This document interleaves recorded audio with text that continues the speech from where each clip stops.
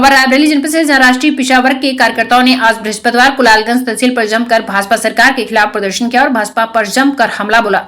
इस दौरान कार्यकर्ताओं ने मांग उठाई कि वर्ष 2021 की जनगणना जाति आधार पर कराई जाए। कार्यकर्ताओं ने 6 सूत्रीय मांगों को लेकर लालगंज उप जिलाधिकारी के माध्यम से राष्ट्रपति के नाम ज्ञापन सौंपा। केंद्र सरकार द्वारा अभी कुछ दिन पहले सुप्रीम कोर्ट में हलफनामा देकर यह बात निश्चित कर दी गई कि केंद्र सरकार ओबीसी जाति आधारित जनगणना 2022 में नहीं कराएगी, जिसका दुष्परिणाम यह हुआ कि पिछड़े वर्ग के सही आंकड़े ही नहीं आए, जिससे ओबीसी की विकास की योजनाएं एवं शासन व प्रशासन में उनको प्रतिनिधित्व देने की नीतियां समुचित तरीके से नहीं बन पाई है।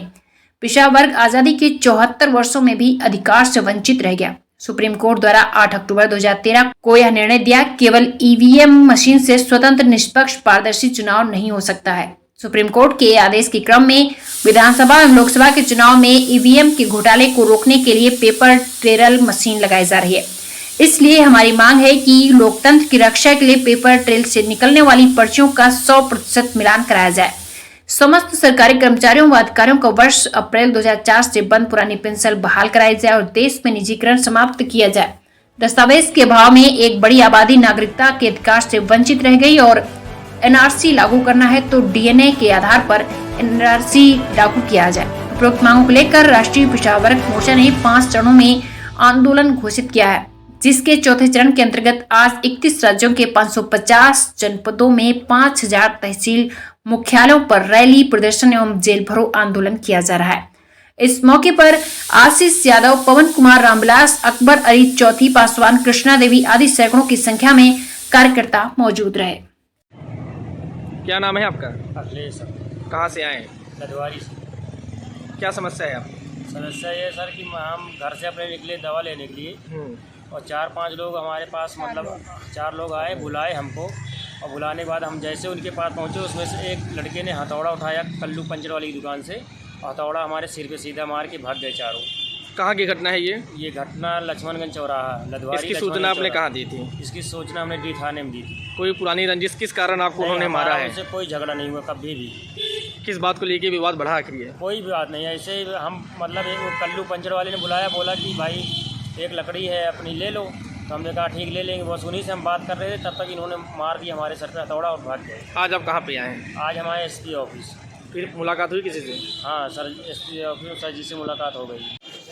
क्या परिचय है मैडम आपका? मैं सुकुमारी चौरसिया, राष्ट्रीय मूल निवासी महिला संघ की मैं जिला कार्यकारिणी से अध्यक्ष पद पर काम कर रही हूँ। और यहाँ पे राज ज्ञापन देने का मतलब है कि हमारी ओबीसी समाज की जाति आधारित जनगणना कराई जाए, क्योंकि गुलाम भारत में हम 31% घोषित हुए हैं। वह जो है 1931 में जनगणना में जो है 52% घोषित हुए हैं। तब से हमारी जाति आधारित जनगणना नहीं कराई गई और हमारे समाज को समझ में तो नहीं आता है, लेकिन समझना पड़ेगा, क्योंकि जब राम मंदिर, बाबरी मस्जिद गिराई गई तो हमारे समाज के 70,000 लोग उसमें मरे, लेकिन आज उसी मंदिर का जब ट्रस्ट बना तो हमारे समाज के एक भी व्यक्ति को नहीं पूछा गया। तो क्या हमारा अधिकार नहीं था? मरने के लिए हमको पूछा जाता है, लेकिन अधिकार देने के लिए हमको बहाल कर दिया जाता है, पीछे कर दिया जाता है। तो यही सारे मुद्दे हैं जो कि हम चाहते हैं कि हमारे। क्या परिचय है आपका? हम बॉम्ब सीट के जिला संरक्षक हैं। आज कहाँ पे आए हैं आप लोग? आज हम तहसील में जिलाधिकारी महोदय के माध्यम से महामहिम राष्ट्रपति महोदय को ज्ञापन देने के लिए आए हैं। हाँ। क्या मांगे हैं आप लोगों की? हमारी पहली मांग है कि ओबीसी की जाति आधारित जनगणना कराई जाए, क्योंकि ओबीसी की जनगणना गुलाम भारत में 1931 में हुई थी। तब ओबीसी की जनसंख्या 52% थी। आज 90 साल बीत गए हैं, ओबीसी की जनगणना नहीं कराई गई। ओबीसी की सही अगर संख्या का पता चल जाए तो उनकी विकास की योजनाएं बने, उनके विकास के लिए धन का आवंटन हो। तो हमारी मांग है कि ओबीसी की जाति आधारित जनगणना कराई जाए। ये मांग कर रहे हैं कि जो निजीकरण किया जा रहा है, जो निजीकरण के ठेकेदार हैं, मनमाना जो कार्य कर रहे हैं जनता के साथ, ये सौतेला व्यवहार है। इसकी जो निजीकरण है इसको हटाया जाए, सरकारी प्रतिष्ठानों से कार्य हो और ईवीएम से इलेक्शन कराया जाए।